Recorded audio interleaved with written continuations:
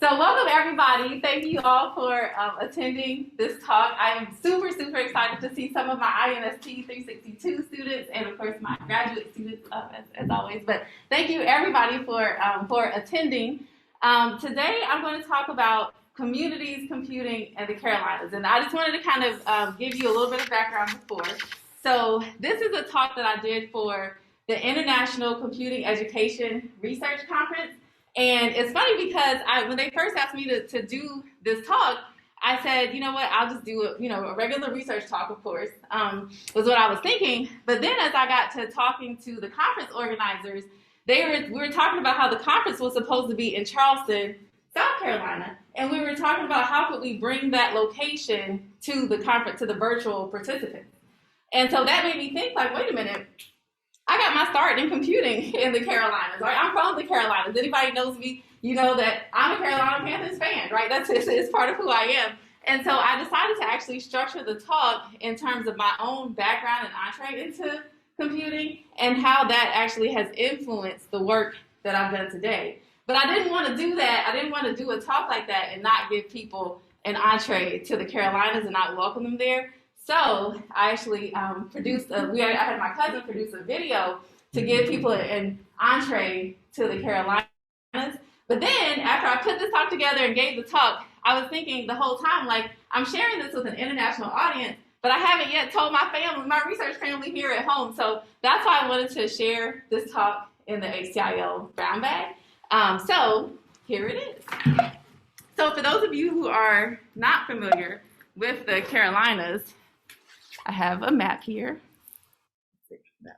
Okay, so here's a map, and here you see North Carolina and South Carolina displayed. The conference was supposed to be in South Carolina, but I grew up in the Raleigh-Durham area, and so my entree into computing actually took place across these parts, where you see in the circle, these parts of the Carolinas. So what I did was actually, I went back to some of those places.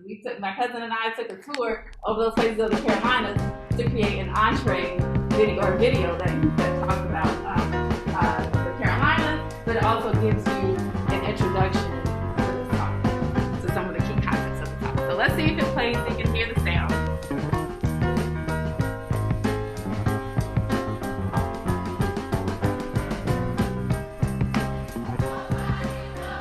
Welcome to the Carolinas, home of the Carolina Panthers, the best barbecue in the world, and the very first flight. While the ISER conference was scheduled to be in South Carolina, we are going to take a slight detour to North Carolina, where my own journey into computing began. Born and raised in the state capital, Raleigh, North Carolina, I come from a large family and we do a lot of North Carolina cooking. From pork barbecue to collard greens, cakes, and hush puppies, we make it all. My grandparents were expert farmers. They grew everything from tobacco to scuppernong grapes, watermelon, blueberries, collards, and more. My grandfather was one of the smartest people I've ever met. He was known around his small town as the person to go to for all things agricultural. Having grown up and worked at the height of Jim Crow discrimination laws, Levi Barnes Sr. had a third-grade education and years of informal, boots-on-the-ground experience. His expertise went under-acknowledged, under-supported, and definitely under-rewarded. But that ignited a fire in his belly to make sure his children and grandchildren excelled in their studies, and he passed that fire right on to me. Back home in Raleigh, our neighbors and friends were key parts of our day-to-day lives. And once you become a neighbor, friend, coworker, or any type of consistent presence in the life of a Clegg, you are a lifetime member of the family. In thinking about my research now and my own background, it is crystal clear that it takes a whole village to support STEM learning, especially for youth in minoritized and resource-constrained communities. I first encountered computing as a middle schooler at Bennett College's summer residential program for 6th through 8th grade youth. At that age in the summer, I was way more focused on cute guys and hanging out with my friends than the academic courses we took during the day. But when computer science classes intersected with my friends, cute guys, and my favorite songs, it was a match made in heaven. Learning happened everywhere for me. Each place offered unique ways to learn. When it came time to choose a college, I decided to stick close to my community and go to North Carolina State University in Raleigh, home of the Wolfpack. Having started out as an applied math major, it was there in my freshman year that I decided to switch my major to computer science. I had great computer science professors at NC State, but equally as important, I had great roommates, friends, mentors, and advisors who kept me going when times got tough. They made sure my experience in computing was not just focused on challenges, but that it was filled with loads of laughter, parties, junk food, and sometimes tears. They carried me through my computing program with their companionship and care. At NC State, the places of community and academic life began to blend together as I lived, studied, and worked with interlacing people across residential, classroom, and recreational settings. Indeed, it is not until we can harness the benefits of learning across people and places for learners that we really begin to tap into the learning potential of our youth to broaden participation in STEM and computing more specifically. What does all of this have to do with communities, computing, and the Carolinas? This ever-growing family of neighbors, friends, mentors, relatives, and the places that we did life together shape who I am. They guided and supported my entry into computing. They inspire my approach to STEM learning to this day, and we still gather for that good old-fashioned North Carolina food.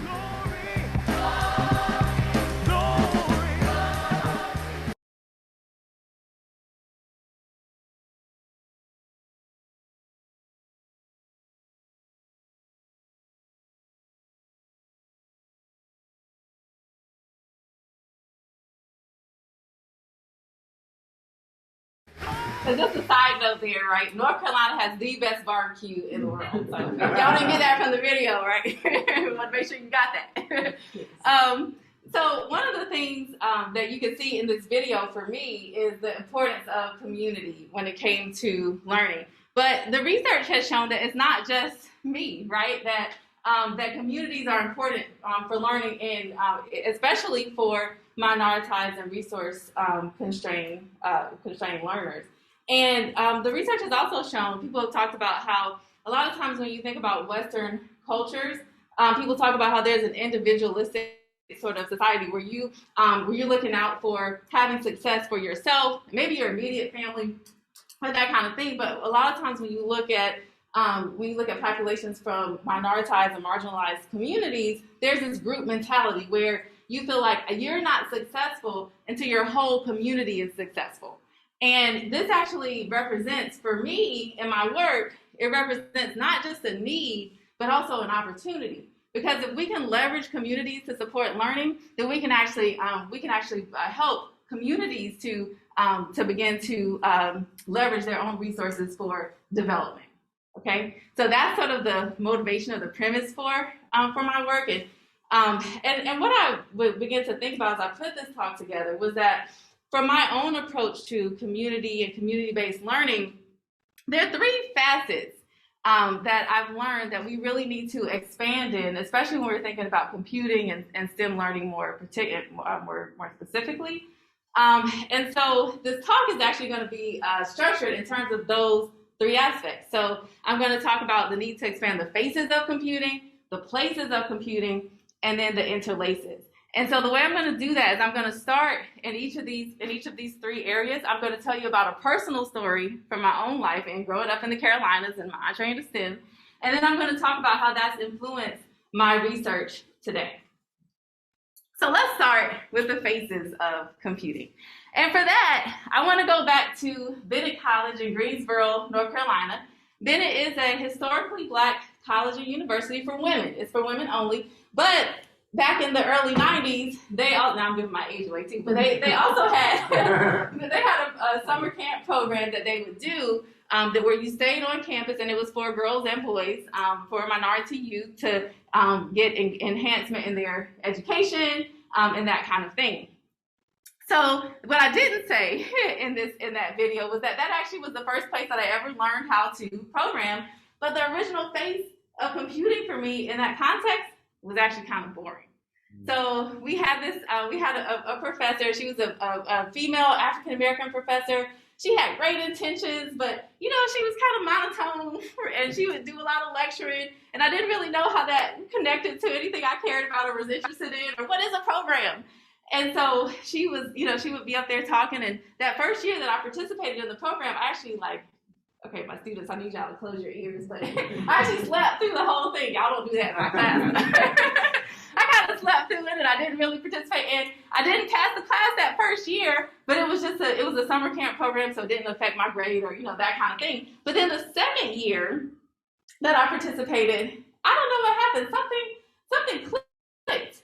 So she started talking about if-then statements, and I guess I just was listening, and I thought about, wait a minute, if I could create an if-then statement, I could make a program for my friends that would actually make them guess who's the cutest guy in the program. Or maybe I could have them guess the lyrics of my favorite song, my favorite Snoop Doggy Dogg song, right? I could make these programs, and they would have to agree with me in order to be right. And so we do that. So I would go after the class, you know, during lunch or after hours, I would have them come back with me to the computer lab. I would have them test out my programs and play with them and that kind of thing. And we were actually doing these things outside of the class. And I actually passed the class that year. So when it came to thinking about my own approach, when I got my own opportunities to think about how do I promote STEM learning or what do I want to do, I knew I wanted it to have a much more relevant face. And so one of the first things I did was in graduate school, I worked with my advisor, Janet Kolodner, and a research collaborator, Christina Gardner-McCoon, and we developed this program called Kitchen Science Investigators.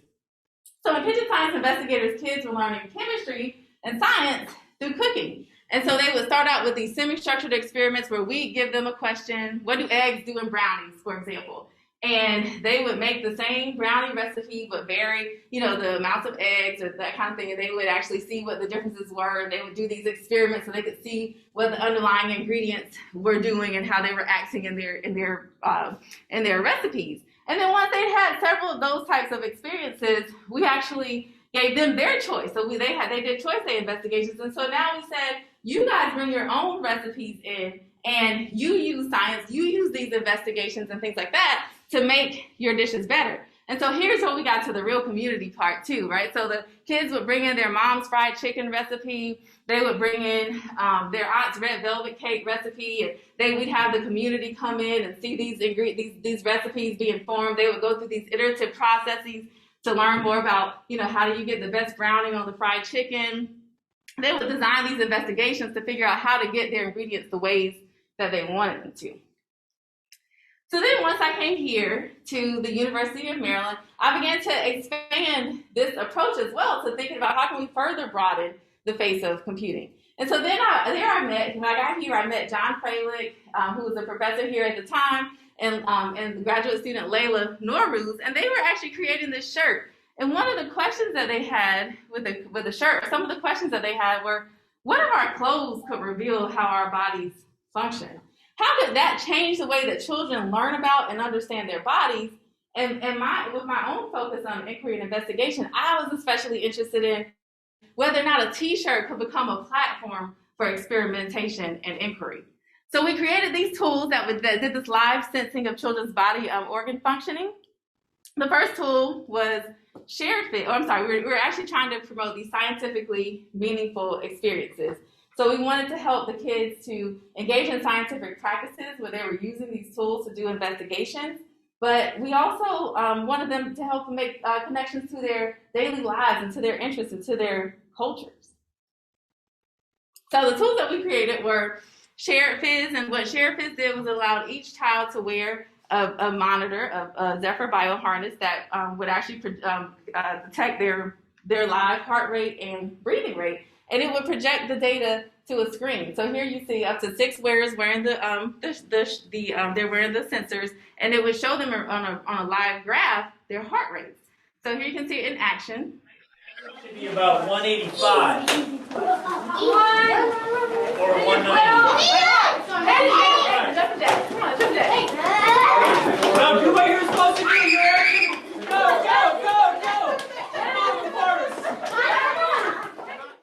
So their heart rates were moving. I mean, you can see their heart rates moving on the graph as they were doing different activities. And then with body viz, it actually showed them their upper respiratory organs on an e-textile shirt. And the shirt actually lit up according to their heart rate and their breathing rate. So the heart lit up according to the heart rate here, and then the lungs were lighting up according to their breathing rate.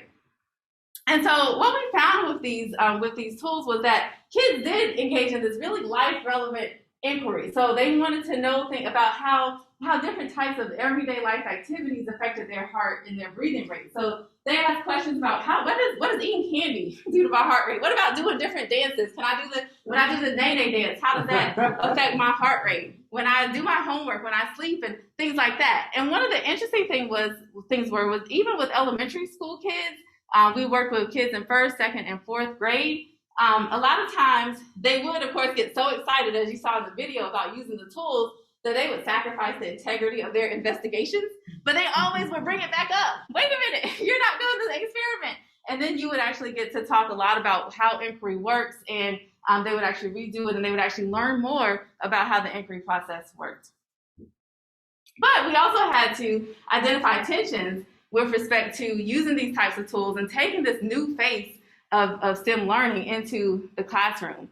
So oftentimes there was this difference between the ways that the teacher envisioned the body viz and share viz tools as these tools for quiet reflection, where the kids would have these new ways of learning inquiry, and the way the kids viewed the tool as these opportunities to run and jump and to do their physical activity and things like that, even in the classroom.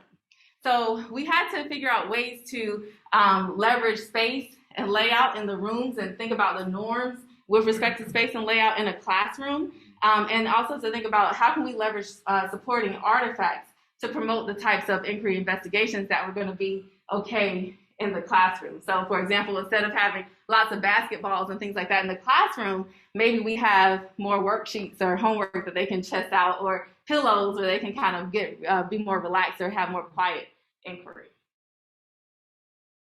Okay, so then that is one of the sort of things I want to talk about with respect to the faces of computing. So now let's turn to the places of computing.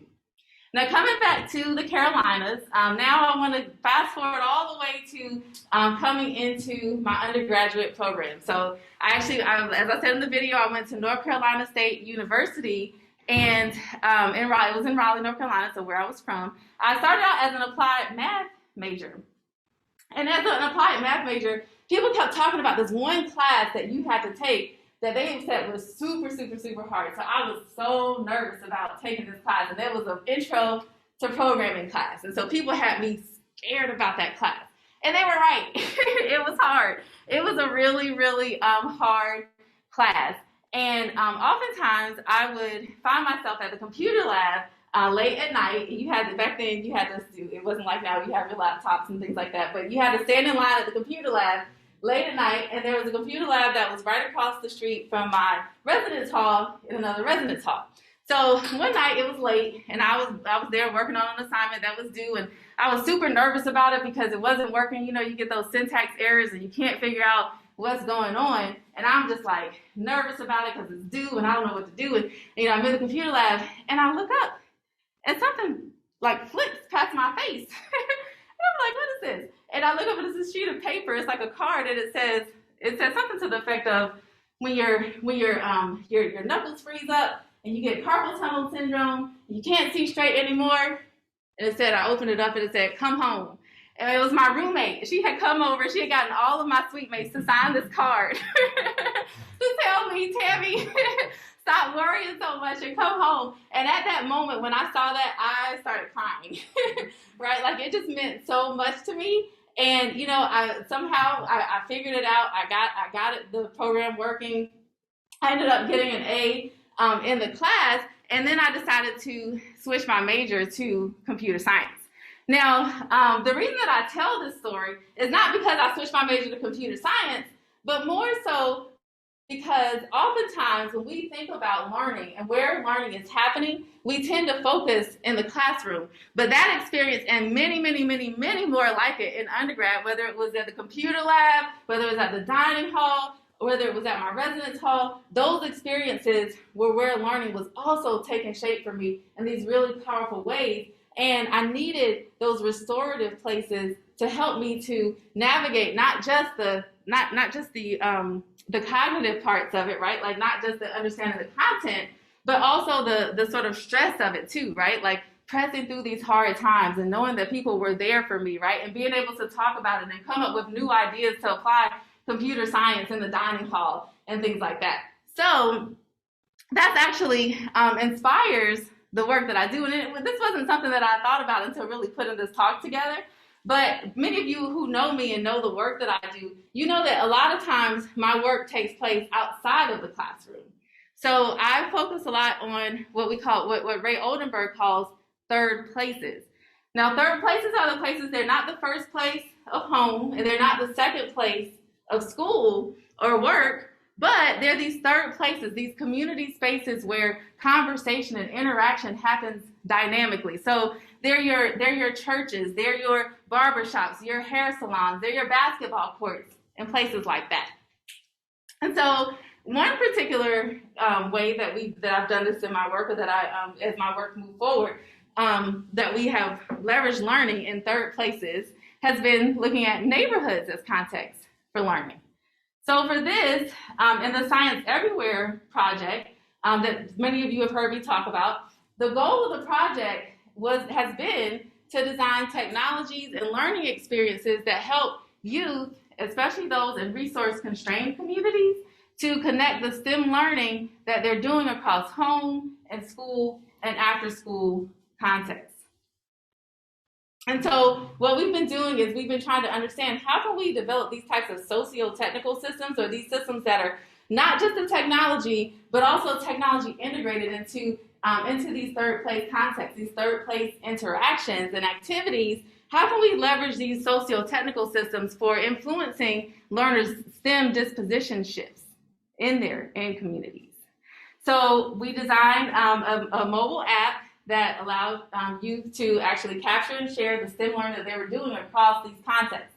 So they could take photos, they could use text and things like that, and they could post their science experiences on the social media app, and they would then see it in a visual news feed, so they could see other people's posts, and they could do social voting, and they could do commenting. And then once they chose to, if they chose to, they could choose to make their posts public. And so when they made them public, they would actually show up on a large display for the whole that was situated in, or that is situated in, the community. So we have large displays situated at the local school that they attend, large displays situated at the local church, so that the whole community can interact with their scientific investigations. But then, as I said, it's a socio-technical system. So we didn't just design the technology, but we wanted the technology to really be integrated into the experiences that are in these third place contexts. So we designed these life relevant learning programs, or we took kitchen chemistry, and we took other types of activities like Minecraft, and used Minecraft for learning about engineering, and experiences like that the kids could have to help them connect science and STEM learning to their everyday lives and share those experiences with their community. And so we did these life relevant learning programs at an after school program here in Maryland. It was at a local church that was down the street that many of you have actually been to and have participated in this room. And the kids actually used the app in the display at their local school and at the local church in the neighborhood. And then they could use the app at home with their families. And so one of the things that we found in this context was that the way that learning happened and the ways that learning was promoted in these different contexts was different in each context, because you've got parents helping kids at home, you've got teachers working with students at school, and then at church you've got kids interacting with the entire community. And the way that the interactions were taking shape, and the way that you promoted learning, the ways that the conversational patterns and pedagogical tools and things like that you use at each place was very different. But you needed the constellation of them to promote a child's disposition development, to help them to begin to see the world through scientific lenses. So that's one third place context, and I'll come back to that in the end. But another third place context that I have been working on more recently, which, I was thinking about the last time I gave an HCIL talk, this was where I was actually starting. And you guys actually shaped the development of this project, because I just had this seed of an idea and you guys gave me feedback on it. So that was actually the last time that I gave an HCIL talk. So now you can kind of see where it's taking shape. But the second third place context is in the realm of sports. So specifically, my colleagues and my collaborators and I are focused on intercollegiate athletics. And so we're looking at Division I sports context.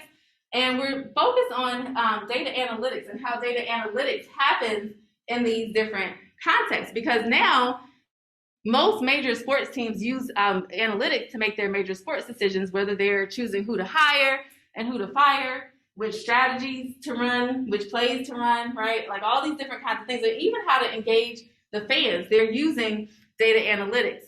But at the same time, there's this need because intercollegiate athletics has also been called into question for different practices that limit the academic experiences of athletes in these really intense settings. So, intercollegiate athletics, especially in Division I, Power 5 institutions, are considered to be the most elite level of sport outside of professionals in the world. And athletes oftentimes spend 30 to 40 hours just on their sport. And so the safety, the well-being, their educational experience, and all of that has been called into question for athletes, in particular because a lot of times on predominantly white campuses, the athletes consist of over 50% minority students, and so it becomes this real diversity, equity, and inclusion issue that we need to address. So there's both a need and there's an opportunity in this work.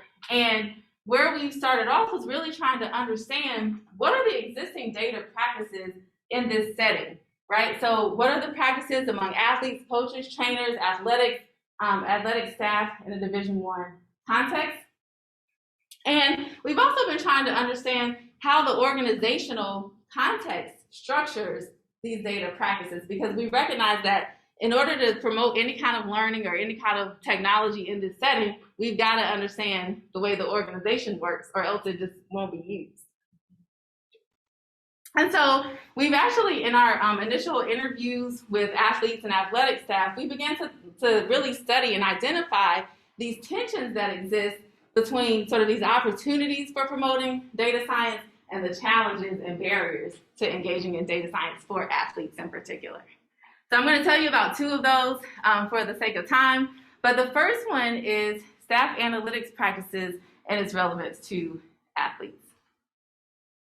So when we talk to athletic staff, such as the strength and conditioning coaches, especially strength and conditioning coaches, they talk about the large amounts of data that they collect on athletes. So they use GPS trackers to track the speeds of athletes. They use survey data to help them understand the more subjective aspects of how athletes are feeling and that kind of thing. And they keep all of this data on these extensive spreadsheets, right, that they're using, and they're trying to figure out how do I present it to the coaches and things like that. The athletes, on the other hand, talk a lot about how they use extensive film review in their sports play. They're calculating, they're keeping track of their weight and nutrition and managing their weight and nutrition. And they also do a lot of calculating and thinking about and comparing their stats, right? So their performance data, their hits and their throws and things like that. And in doing this, they have to do a lot of data analytics and data science. So they've got to figure out what data is the most important data to be looking at of all of this data. What's going to help me to be the most actionable, or what's going to be the most actionable for me right now? They've got to look at different levels of analysis. So they may be looking at their stats from one game. They may be looking at stats from one season. Or they may be looking at stats from across their entire career. So they're looking at all these different levels of analyses. And then they also do aggregate analysis, right? So looking at the data of a whole team. But one of the things that we found was that the strength and conditioning coach was much more focused on the team level analyses than athletes were. When athletes talked about it, they were a little bit more further removed from this type of data. So, for example, one athlete, Jade, a sophomore on the softball team, talked about how her coach really emphasized this number of being routine on defense. So they needed to be 92% routine on defense. So what that meant was it didn't matter when the person hit a home run or something that only happens every now and then. But I'm talking about those everyday, mundane plays. Y'all need to be 92% effective at doing those plays, or be 92% successful. And Jade says, 92%. Our head coach, she just loves that number for some reason. She's like, I don't really get it, but that's what she likes. So we saw that was a little bit further removed from the athletes' sort of motivation and attention. So then the second tension was about athletes' agency versus team needs. So we saw that there was this sort of there was this continuum between agency or increased agency and decreased agency in the revenue on the sports team. So we found that athletes in lower revenue sports had a lot more agency in terms of how data, how it was collected, how it was analyzed, that kind of thing. They talked about how they keep these lip cards where they calculate their they keep track of their exercises and things like that. They could determine what type of trackers they wanted to use to keep track of their data, and things like that. And so that was a lot of like the runners on the wrestling team or the track team. But then at the other end of the extreme, you had high revenue sports. And so those are athletes like on the football team, for example.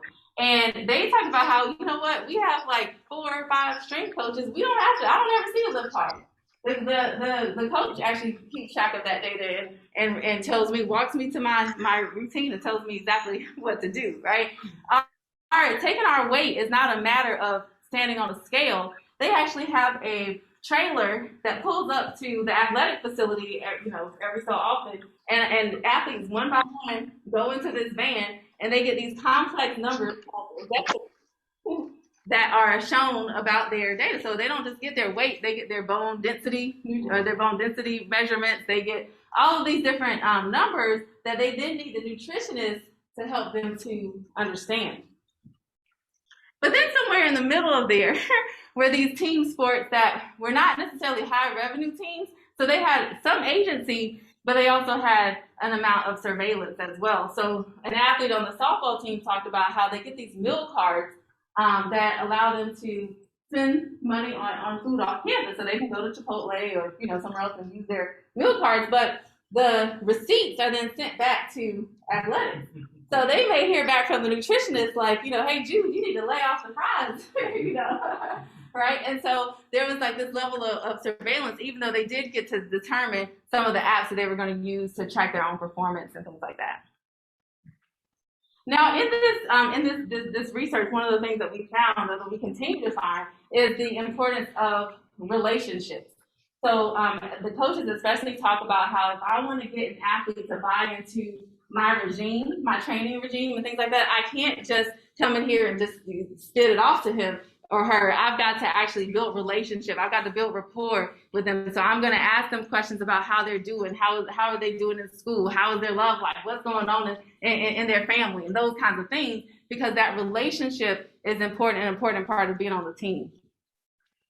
The other thing we're finding is that athletes actually have pretty limited access to their data often. So a lot of times the strength and conditioning coaches are the ones that are actually keeping track of all of this data, and the athletes have to be intentional to ask to see that data in order to really be able to interact with it. They don't keep it, or they're not the managers of it. So that's one of the things that we have to be considerate of. But then one of the things we're also saying is that there is an opportunity for learning with respect to some of the informal spaces that exist for interaction. So here we're coming back to those places. So when you think about like some of the resources that they have, right, like the nutritionists or the academic counselors and things like that, those people are there with them all the time. The nutritionist is there when they go to the training table to sit down and eat. She's there at the sidelines when they're practicing and when they're playing. She's there when they travel, right? And their academic counselors are as well. So they have these opportunities for these. Yeah. But it's okay. You're just sitting there. You can have this as a snack while you're on your call, and then whenever you're done, let me know, and I'll heat up your naan to go with your thing. So now coming back to, we talked about the faces and the places, and coming back lastly to the interlaces. So the interlaces have to do when the people, the places, the context all begin to come together in novel ways.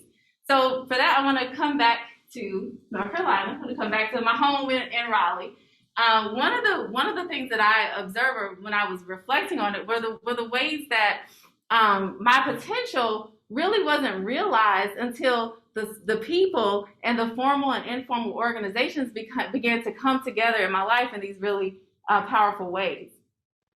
So my mom was always very proactive in getting us involved in every type of program that she could.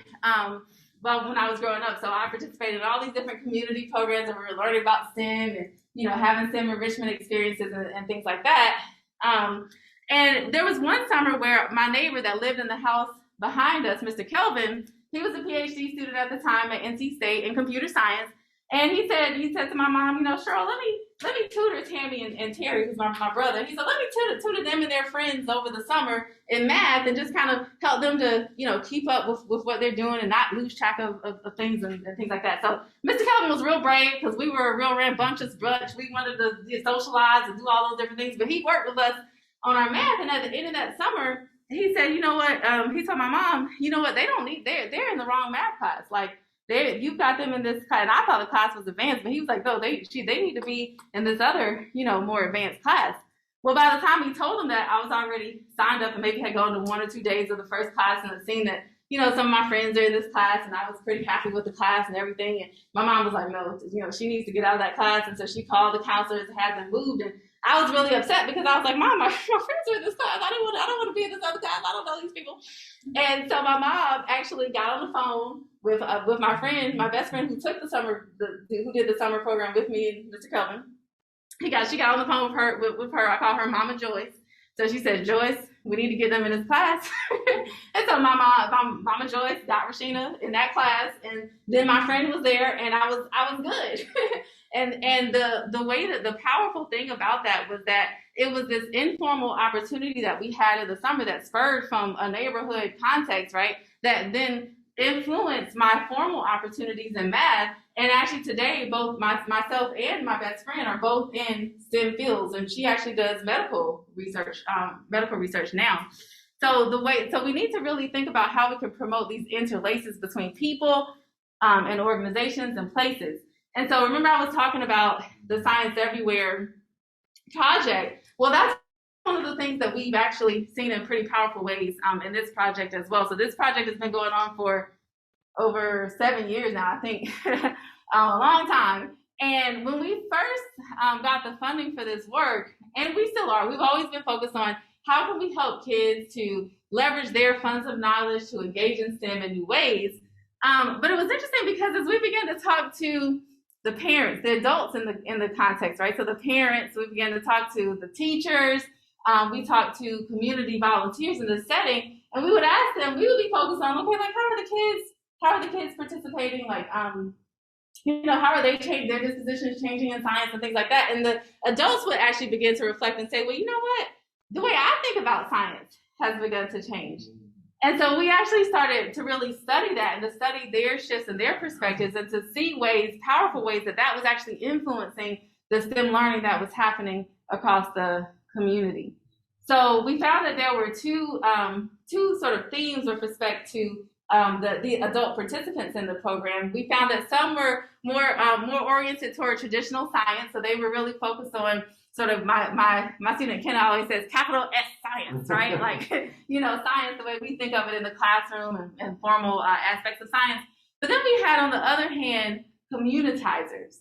And these were people who didn't necessarily see themselves as scientists, but they thought more of themselves as the people who brought the community together.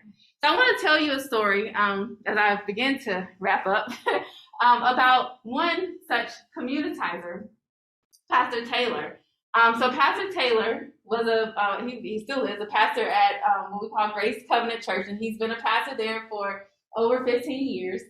Pastor Taylor began participating with us. He began partnering with us on the Science Everywhere project before we actually got funding for the project. So he was a listed partner on the grant proposal back in 2014. And he was actually really motivated to participate because of the relationships that he had, or that he saw himself being able to build with the community. He already had relationships with the researchers on the project team, but he also saw new ways that they could reach youth that they hadn't reached before.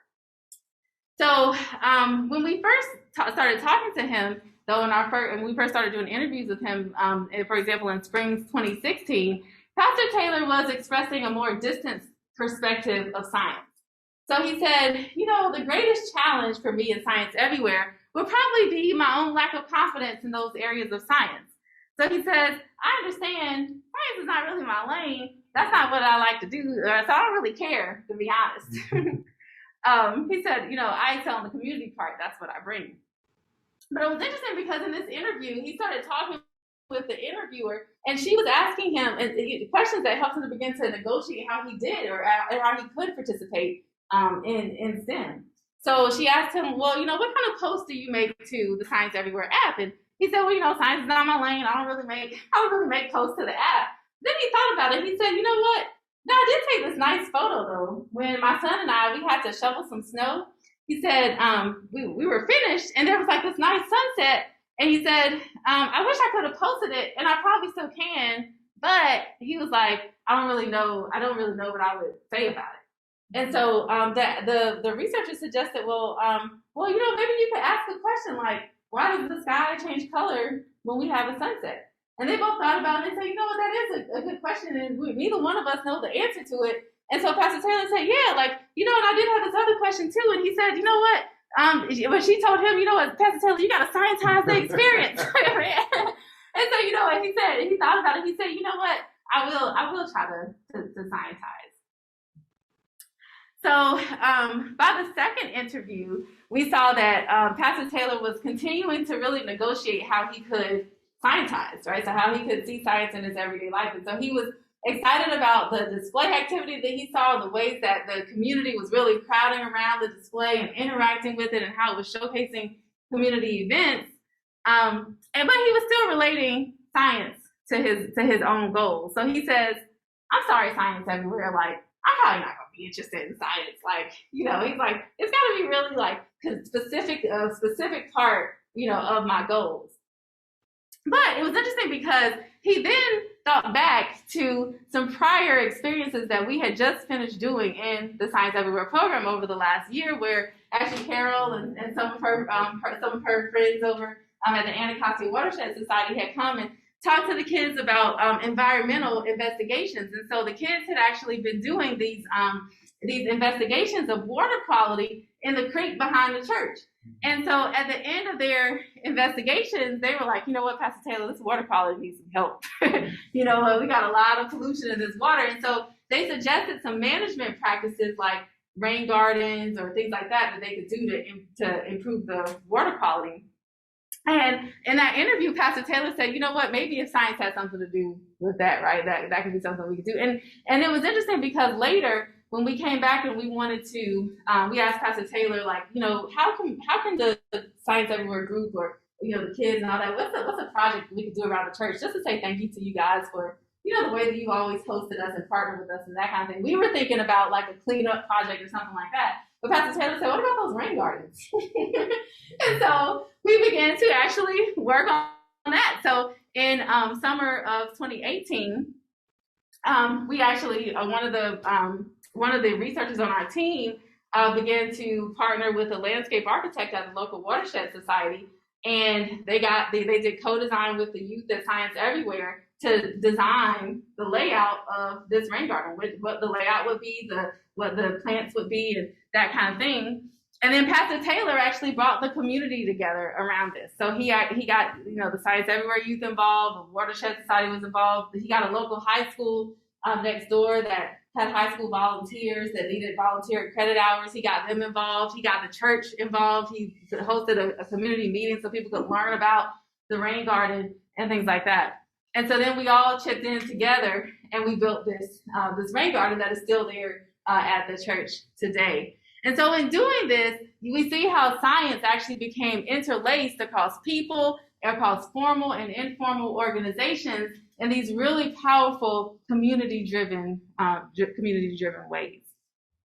So then kind of coming back to this whole notion of the faces, the places, and the interlaces of computing, you might be like, Tammy, this is a lot, right? Like, what could all this mean for computing? Okay, and so I just wanted to kind of end with a few implications for this work. So with respect to the phases of computing, this work suggests that we really facilitate novel new phases of computing. So that means we need to really allow and support new forms of and context for computing.